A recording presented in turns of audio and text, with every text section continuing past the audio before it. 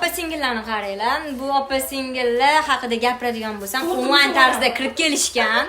Birinchi bunisi kirib kelgan, keyin bunisini buzib ishlaysan, bunisini olib kelgan deydi-ku. Uchinchisi bor. Yo'q, mana pustoy turibdi opa. Siz o'rningiz borib kelishingiz kerak edi, kelmadingiz.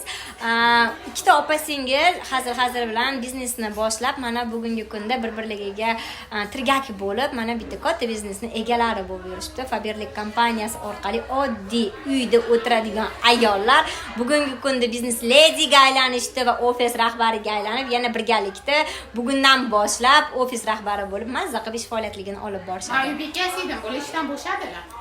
Ishdan bo'shadi. Lekin dekret dedilar. Dekretdagi ayol bo'lgan uyda bo'shadilar. Bo'sha bo'lsin. Yo'q, ariza yozmadim, dushanba kuni yozaman. Ana, bo'shashga o'zi tayyormiz. Yana bitta qatta bo'lsalar ham mashq qadringiz yo'qotdingiz. Ish ko'rib turgan bo'lsa shu. Malades, sizlar bilan faxrlanaman.